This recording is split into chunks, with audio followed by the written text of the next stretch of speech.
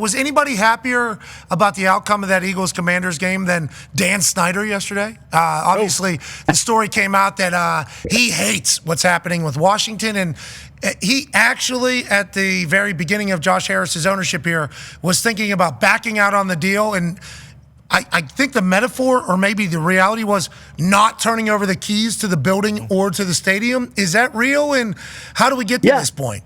Yeah, Seth Wickersham and Don Van Natter wrote about it this past weekend, and there were people that felt like he was trying to not go through on the deal before it wound up going through. They recommended that he would go through on the deal, which he did.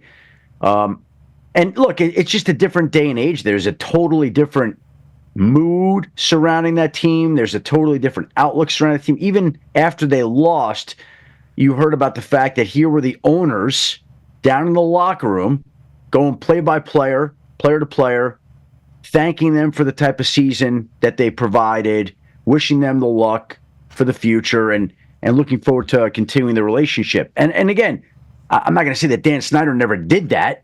They weren't in that NFC Championship game under him, but it just feels like, from the people there, that this ownership group cares about the players and the team, and there's a different mindset there now. And I think that was reflected in the way that this team performed this year, getting to the NFC Championship game, coming up short, but giving this team hope. They have a quarterback that you could argue is as good as any in the NFC and a top 5 quarterback in the NFL right now. Yes. You could make that argument. Mm-hmm. And he's got a huge future, and that team should be positioned to succeed and have more conference championship games in the future, and I would think that they'll learn from what they went through yesterday and be better for it in future years. Agreed, and I'm happy that Dan Snyder's just got to sit on his yacht over there and just, somebody needs to hurt this Jaden Daniels. I hate this guy.